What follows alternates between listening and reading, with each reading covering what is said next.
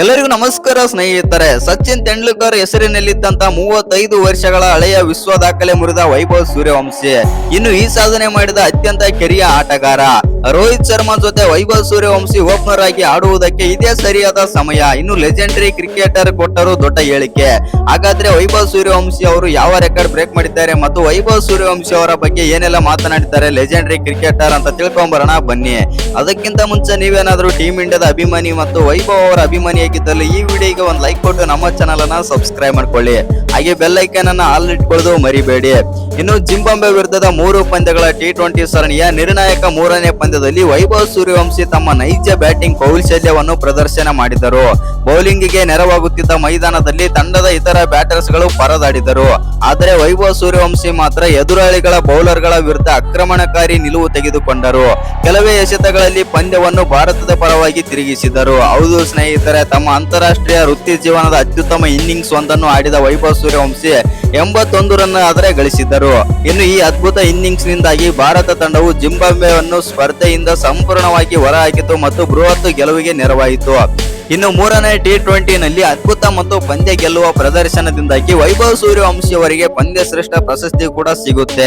ಇದರೊಂದಿಗೆ ಅವರು ಭಾರತೀಯ ಪುರುಷರ ಕ್ರಿಕೆಟ್ ಇತಿಹಾಸದಲ್ಲಿ ಯಾವುದೇ ಸ್ವರೂಪ ಆಗಿರಬಹುದು T20, ODI ಅಥವಾ ಟೆಸ್ಟ್ ಈ ಪ್ರಶಸ್ತಿಯನ್ನು ಗೆದ್ದ ಅತ್ಯಂತ ಕಿರಿಯ ಆಟಗಾರ ಎಂದು ಹೆಸರು ಪಡೆದರು ಮತ್ತು ಈ ಪ್ರಶಸ್ತಿಗೆ ಭಾಜನರಾದರು. ಹೌದು ಸ್ನೇಹಿತರೆ, 15 ವರ್ಷ 121 ದಿನಗಳಲ್ಲಿ ಈ ಸಾಧನೆಯನ್ನು ಮಾಡಿದರು ವೈಭವ್ ಸೂರ್ಯವಂಶಿ. ಇನ್ನು 1990ರ ಮ್ಯಾಂಚೆಸ್ಟರ್ ಟೆಸ್ಟ್ ನಲ್ಲಿ 17 ವರ್ಷ ಮತ್ತು 112 ದಿನಗಳಲ್ಲಿ ತಮ್ಮ ಮೊದಲನೇ ಪಂದ್ಯ ಶ್ರೇಷ್ಠ ಪ್ರಶಸ್ತಿಯನ್ನು ಗೆದ್ದ ಸಚಿನ್ ತೆಂಡೂಲ್ಕರ್ ಅವರನ್ನು ಹಿಂದಿಕ್ಕಿದ್ದರು. ಇನ್ನು ವೈಭವ್ ಸೂರ್ಯವಂಶಿ ಅವರ ಯಶಸ್ಸಿನ ಕತೆ ಕೇವಲ ಒಂದು ಪಂದ್ಯಕ್ಕೆ ಸೀಮಿತವಾಗಿರಲಿಲ್ಲ. ಹೌದು ವೀಕ್ಷಕರೇ, ಸರಣಿಯುದ್ದಕ್ಕೂ ಅವರು ನಿರಂತರ ಆಕ್ರಮಣಕಾರಿ ಮತ್ತು ಪ್ರಬುದ್ಧ ಪ್ರದರ್ಶನವು ಅವರಿಗೆ ಸರಣಿಯ ಆಟಗಾರರ ಪ್ರಶಸ್ತಿಯನ್ನು ತಂದುಕೊಟ್ಟಿತು. ಇನ್ನು ಈ ಪ್ರಶಸ್ತಿಯೊಂದಿಗೆ ವೈಭವ್ ಸೂರ್ಯವಂಶಿ ಅಂತಾರಾಷ್ಟ್ರೀಯ ಪುರುಷರ ಕ್ರಿಕೆಟ್ ನಲ್ಲಿ ಸರಣಿಯ ಆಟಗಾರರ ಪ್ರಶಸ್ತಿಯನ್ನು ಗೆದ್ದ ಅತ್ಯಂತ ಕಿರಿಯ ಬ್ಯಾಟರ್ ಆಟಗಾರ ಎಂಬ ಹೆಗ್ಗಳಿಕೆಗೆ ಪಾತ್ರರಾದರು. ಇನ್ನು ಒಂದೇ ಸರಣಿಯಲ್ಲಿ ಪಂದ್ಯ ಶ್ರೇಷ್ಠ ಮತ್ತು ಆಟಗಾರ ಮತ್ತು ಸರಣಿ ಶ್ರೇಷ್ಠ ಆಟಗಾರ ಪಡೆದಿರುವುದು ಗಮನಾರ್ಹ ಸಾಧನೆಯಾಗಿದೆ. ಇನ್ನೊಂದೇನಂತಂದ್ರೆ, ಭಾರತಕ್ಕಾಗಿ ಅಂತಾರಾಷ್ಟ್ರೀಯ ಕ್ರಿಕೆಟ್ ನಲ್ಲಿ ಪಂದ್ಯ ಶ್ರೇಷ್ಠ ಪ್ರಶಸ್ತಿ ಗೆದ್ದ ಅಗ್ರ 5 ಕಿರಿಯ ಪುರುಷರ ಆಟಗಾರರ ಪಟ್ಟಿಯಲ್ಲಿ ವೈಭವ್ ಸೂರ್ಯವಂಶಿ ಮೊದಲನೇ ಸ್ಥಾನದಲ್ಲಿ ಆದ್ರೆ ಇದ್ದಾರೆ. ವೈಭವ್ ಸೂರ್ಯವಂಶಿ ತಮ್ಮ 15 ವರ್ಷ 121 ದಿನಗಳಲ್ಲಿ ಈ ಸಾಧನೆ ಆದ್ರೆ ಮಾಡಿದ್ದಾರೆ. ಸಚಿನ್ ತೆಂಡೂಲ್ಕರ್ ಅವರು 17 ವರ್ಷ 112 ದಿನಗಳಲ್ಲಿ ಈ ಸಾಧನೆ ಮಾಡಿದ್ರೆ ರವಿಶಾಸ್ತ್ರಿ ಅವರು 3ನೇ ಸ್ಥಾನದಲ್ಲಿ ಆದ್ರೆ ಇದ್ದಾರೆ.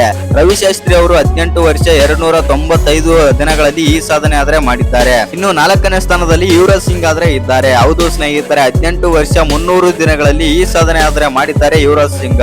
ಇನ್ನು 5ನೇ ಸ್ಥಾನದಲ್ಲಿ ಪೃಥ್ವಿ ಶಾ ಆದ್ರೆ ಇದ್ದಾರೆ. 18 ವರ್ಷ 331 ದಿನಗಳಲ್ಲಿ ಈ ದಾಖಲೆ ಆದ್ರೆ ಮಾಡಿದ್ದಾರೆ ಮತ್ತು ಪ್ರಶಸ್ತಿಯನ್ನಾದ್ರೆ ಪಡೆದಿದ್ದಾರೆ.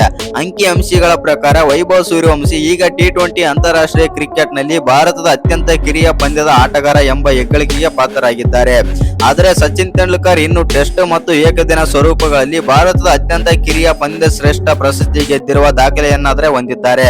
ಸಚಿನ್ ಅವರು 17 ವರ್ಷ 112 ದಿನಗಳಲ್ಲಿ ವಯಸ್ಸಿನಲ್ಲಿ ಟೆಸ್ಟ್ ಕ್ರಿಕೆಟ್ ನಲ್ಲಿ ಇಂಗ್ಲೆಂಡ್ ವಿರುದ್ಧ ಆಡಿದ್ದರು ಮತ್ತು 17 ವರ್ಷ 225 ವಯಸ್ಸಿನಲ್ಲಿ ಏಕದಿನ ಕ್ರಿಕೆಟ್ ನಲ್ಲಿ ಈ ಸಾಧನೆ ಮಾಡಿ ಮತ್ತು ಈ ಪ್ರಶಸ್ತಿಯನ್ನಾದ್ರೆ ಗೆದ್ದಿದ್ದಾರೆ. ಇನ್ನು ವೈಭವ್ ಅವರ ಹೊಸ ದಾಖಲೆ T20ಯಲ್ಲಿ ಹೊಸ ವಿಶ್ವ ಮಾನದಂಡವನ್ನೇ ಸ್ಥಾಪಿಸಿದೆ. ಜಿಂಬಾಬ್ವೆ ವಿರುದ್ಧದ 3 ಪಂದ್ಯಗಳ T20 ಅಂತಾರಾಷ್ಟ್ರೀಯ ಸರಣಿಯಲ್ಲಿ ವೈಭವ್ ಸೂರ್ಯವಂಶಿ ಪಂದ್ಯಾವಳಿಯ ಅತ್ಯಂತ ಯಶಸ್ವಿ ಮತ್ತು ಅತಿ ಹೆಚ್ಚು ರನ್ ಗಳಿಸಿದ ಆಟಗಾರರಾದರು. ಅವರು 3 ಇನ್ನಿಂಗ್ಸ್ ಗಳಲ್ಲಿ ಕೇವಲ 77 ಬಾಲ್ಗಳು ಆಡಿದ್ದು ಒಟ್ಟು 151 ರನ್ ಗಳಿಸಿ ಈ ಅವಧಿಯಲ್ಲಿ ಅವರ batting strike rate 196 strike rate ನಲ್ಲಿ ಬ್ಯಾಟಿಂಗ್ ಕೂಡ ಮಾಡಿದ್ದರು.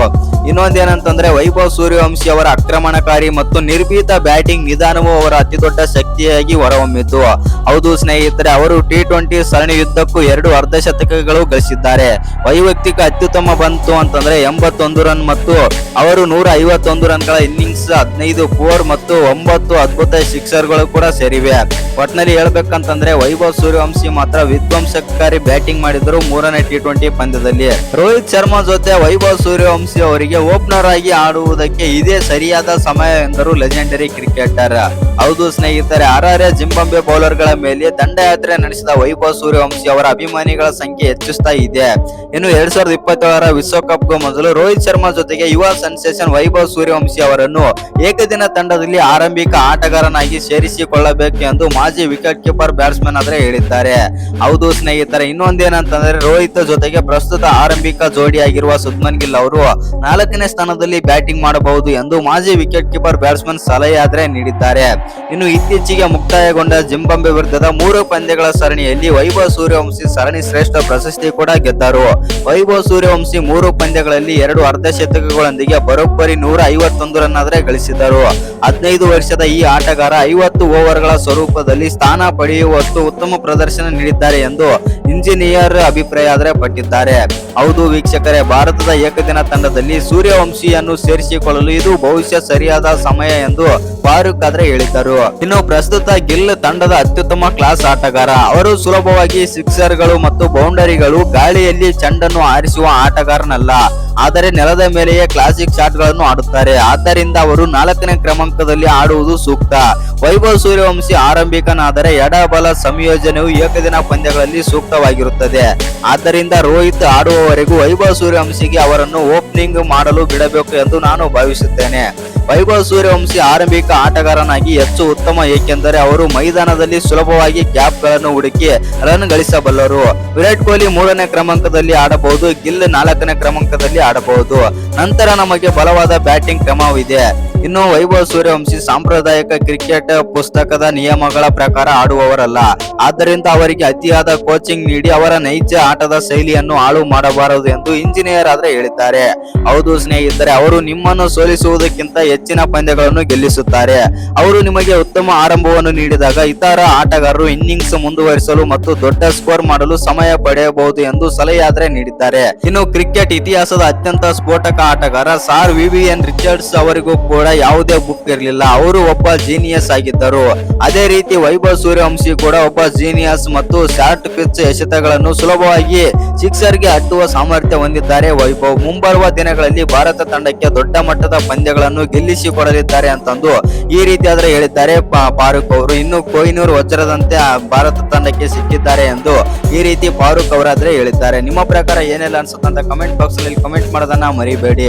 ಇನ್ನು 3ನೇ T20 ಪಂದ್ಯದಲ್ಲಿ ನಮ್ಮ ಎಲ್ಲಾ ಬ್ಯಾಟರ್ಸ್ ಕೂಡ ಬ್ಯಾಟಿಂಗ್ ಮಾಡಲು ಸ್ಟ್ರಗಲ್ ಮಾಡಿದ್ರೆ ವೈಭವ್ ಸೂರ್ಯವಂಶಿ ಮಾತ್ರ ನಾನಿದ್ದೀನಿ ಮತ್ತು ನಾನು ಇರೋ ತನಕ ಟೀಮ್ ಇಂಡಿಯಾದ ಸ್ಕೋರ್ ಮಾತ್ರ ಕೆಳಗೆ ಬೀಳಲು ಸಾಧ್ಯ ಇಲ್ಲ ಅಂತ ಅಂದು ಆ ರೇಂಜ್ ಗೆ ಬ್ಯಾಟಿಂಗ್ ಆಡಿದ್ರು ವೈಭವ್ ಸೂರ್ಯವಂಶಿ. ಇನ್ನು ವೈಭವ್ ಸೂರ್ಯವಂಶಿ ಜೊತೆ ಬಂದಂತ ಓಪನರ್ ಆಗಿ ಬಂದಂತ ಅಭಿಷೇಕ್ ಶರ್ಮಾ ಅವರು 3ನೇ T20 ಪಂದ್ಯದಲ್ಲೂ ಕೂಡ ಕೈ ಕೊಡ್ತಾರೆ. ಹೌದು ಸ್ನೇಹಿತರೆ, ಅಭಿಷೇಕ್ ಶರ್ಮಾ ಅವರು ಕೇವಲ 4 ಬಾಲ್ ಅಲ್ಲಿ 2 ರನ್ ಆಡಿ ಮತ್ತೊಮ್ಮೆ ಔಟ್ ಆಗ್ತಾರೆ ಅಂತ ಹೇಳ್ಬೋದು ಬ್ಲೆಸ್ಸಿಂಗ್ ಮುಜರ್ಬಾನಿ ಬೌಲಿಂಗ್ ನಲ್ಲಿ. ಇನ್ನು ಆನಂತರ ಬಂದಂತ ಇಶಾನ್ ಕಿಶನ್ ಜೊತೆ ವೈಭವ್ ಸೂರ್ಯವಂಶಿ ಅಂತೂ ಅಮೋಘ ಪ್ರದರ್ಶನ ಆದ್ರೆ ಕೊಡ್ತಾರೆ. ಒಂದ್ ಕಡೆಗೆ ಇಶಾನ್ ಕಿಶನ್ ಅವರು ಅವರಿಗೆ ಸಾಥ್ ಕೊಡ್ತಾ ಇದ್ರೆ ವೈಭವ್ ಸೂರ್ಯವಂಶಿ ಮಾತ್ರ 6 ಮತ್ತು 4 ಗಳ ರನ್ ಮಳೆ ಆದ್ರೆ ಸುರಿಸಿದರು. ಹೌದು ಸ್ನೇಹಿತರೆ, ಇಶಾನ್ ಕಿಶನ್ ಅವರು ಕೂಡ 26 ಬಾಲ್ ಅಲ್ಲಿ 29 ರನ್ ಆಡಿ ಔಟ್ ಆಗ್ತಾರೆ. ಆನಂತರ ಬಂದಂತ ನಾಯಕ ಶ್ರೇಯಸ್ ಅಯ್ಯರ್ ಕೂಡ 18 ಬಾಲ್ ಅಲ್ಲಿ 27 ರನ್ ಆಡಿ ಔಟ್ ಆಗ್ತಾರೆ. ಒಟ್ಟಿನಲ್ಲಿ ಹೇಳ್ಬೇಕಂತಂದ್ರೆ ನಮ್ಮ ಟೀಮ್ ಇಂಡಿಯಾದ ಬ್ಯಾಟರ್ಸ್ ಯಾರು ಕೂಡ ಹೇಳಿಕೊಳ್ಳಂತ ಪ್ರದರ್ಶನ ಕೊಡ್ಲೇ ಇಲ್ಲ. ಆದ್ರೆ ವೈಭವ್ ಸೂರ್ಯವಂಶಿ ಮಾತ್ರ ಒಂದು ಒಳ್ಳೆ ಇನ್ನಿಂಗ್ಸ್ ಆದ್ರೆ ಆಡ್ತಾರೆ 3ನೇ T20 ಪಂದ್ಯದಲ್ಲಿ. ಹೌದು ಸ್ನೇಹಿತರೆ, ಬರೋಬ್ಬರಿ 81 ರನ್ ಆದ್ರೆ ಚಚ್ಚಿ ಬಿಸಾಕ್ತಾರೆ. ಇನ್ನು ಈ ಪಂದ್ಯದಲ್ಲಿ ಎಲ್ಲಾ ಬ್ಯಾಟರ್ ಕೂಡ ಸ್ಟ್ರಗಲ್ ಆದ್ರೆ ಮಾಡ್ತಾರೆ.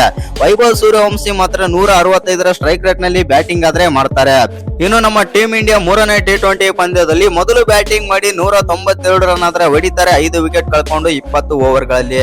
ಹೌದು ಸ್ನೇಹಿತರೆ, ಇಂಗ್ಲೆಂಡ್ ನಲ್ಲಿ ಎಡವಿದ ಮತ್ತು ನಮ್ಮ ಭಾರತದ ವಂಡರ್ ಕಿಡ್ ವೈಭವ್ ಸೂರ್ಯವಂಶಿ ಇದೀಗ ಜಿಂಬಾಬ್ವೆಯಲ್ಲಿ ಬೊಂಬಾಟ್ ಪ್ರದರ್ಶನ ನೀಡಿದ್ದಾರೆ. ಮೊದಲನೇ T20 ಪಂದ್ಯದಲ್ಲಿ ಮಿಂಚಿನ ಅರ್ಧಶತಕ ಸಿಡಿಸಿದ ಅವರು ಇದೀಗ 3ನೇ ಪಂದ್ಯದಲ್ಲೂ ಆಕರ್ಷಕ ಅರ್ಧಶತಕ ಗಳಿಸುವ ಮೂಲಕ ಭಾರತ ತಂಡದಲ್ಲಿ ತನ್ನ ನೆಲೆಯನ್ನು ಗಟ್ಟಿ ಮಾಡಿಕೊಂಡಿದ್ದಾರೆ. ಉತ್ತಮ ಲಯದಲ್ಲಿದ್ದಂತೆ ಕಂಡು ಬಂದ ಅವರು ಶತಕ ಗಳಿಸುವ ಹಾದಿಯಲ್ಲಾದ್ರೆ ಇದ್ದರು. ಆದರೆ 81 ರನ್ಗೆ ಔಟ್ ಆಗುವ ಮೂಲಕ ಮೊದಲನೇ ಅಂತಾರಾಷ್ಟ್ರೀಯ ಶತಕದಿಂದ ವಂಚಿತರಾದರು. ಆದರೂ ಕೂಡ 16 ವರ್ಷ ತುಂಬುವ ಮುನ್ನವೇ ಅಂತಾರಾಷ್ಟ್ರೀಯ ಕ್ರಿಕೆಟ್ ನಲ್ಲಿ 2 ಅರ್ಧಶತಕ ಗಳಿಸಿದ ಫುಲ್ ಮೆಂಬರ್ ದೇಶದ ವಿಶ್ವದ ಏಕೈಕ ಬ್ಯಾಟರ್ ಎಂಬ ಹೆಗ್ಗಳಿಕೆಗೆ ಪಾತ್ರರಾಗಿದ್ದಾರೆ.